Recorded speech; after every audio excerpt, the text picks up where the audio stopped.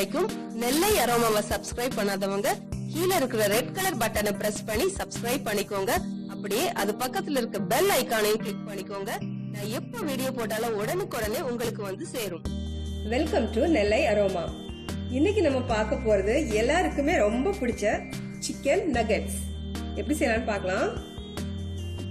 Chicken நகெட்ஸ்க்கு நான் எடுத்திருக்கிறது இன்னைக்கு 250 கிராம் போன்லெஸ் சிக்கன். இதை இப்போ இந்த ஃபுட் ப்ராசஸர்ல போட்டுடலாம்.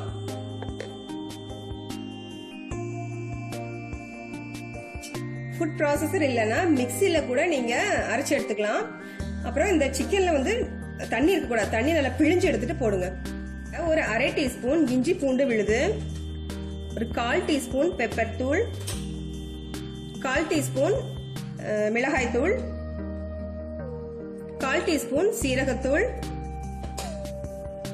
அரை டீஸ்பூன் உப்பு பார்த்து போட்டுக்கோங்க, அரை டீஸ்பூன்.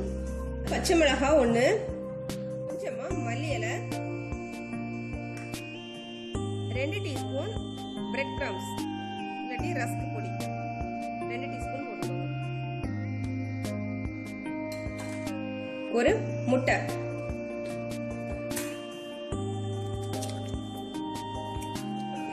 இப்போ இதெல்லாம் சேர்த்து நல்லா பிளெண்ட் பண்ணிடலாம்.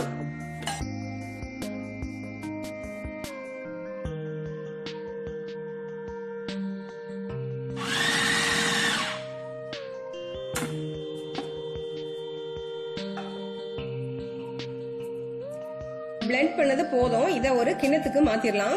சிக்கன் அரைச்சு எடுத்தாச்சு. இத மாவுல புரட்டி எண்ணெயில பொரிக்கணும். அதுக்கு என்னெல்லாம் தேவைன்னு பார்க்கலாம். 1 கப் மைதா, அப்புறம் பிரெட் கிரம்ஸ் கொஞ்சம்.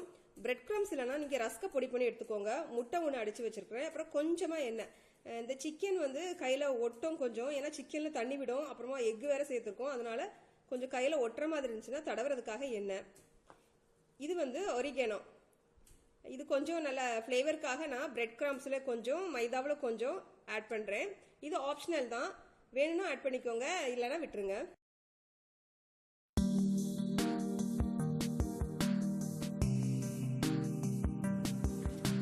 இப்போ நக்கட்ஸை நம்ம ஷேப் பண்ணிடலாம்.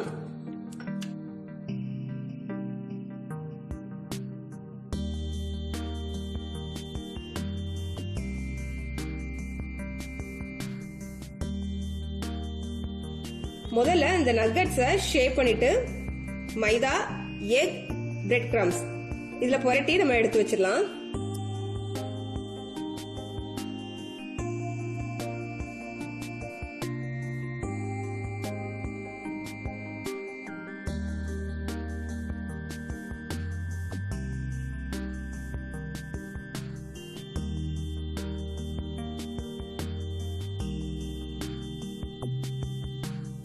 சிக்கன் நகட்ஸ் எல்லாம் பொரிக்கிறதுக்கு ரெடியா இருக்கு. இப்போ நம்ம இத ஷாலோ ஃப்ரை பண்ணி எடுத்துடலாம். ஒரு ஃப்ரை பேன் அடுப்புல வச்சு பேன் சூடானதும் அதுல எண்ணெய் விட்டுக்கலாம்.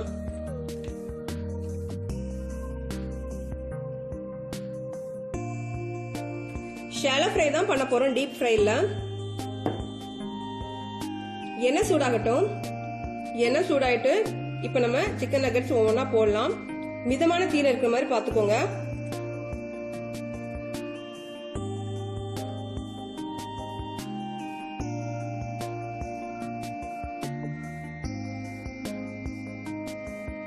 நகட்ஸ் நல்லா வந்துட்டு இருக்கு. ஒரு பக்கம் நல்லா பிரவுன் ஆனதும் நம்ம மாத்தி போடலாம். தீ மிதமான தீயில இருக்கட்டும், ஏன்னா இது பச்சை சிக்கன்.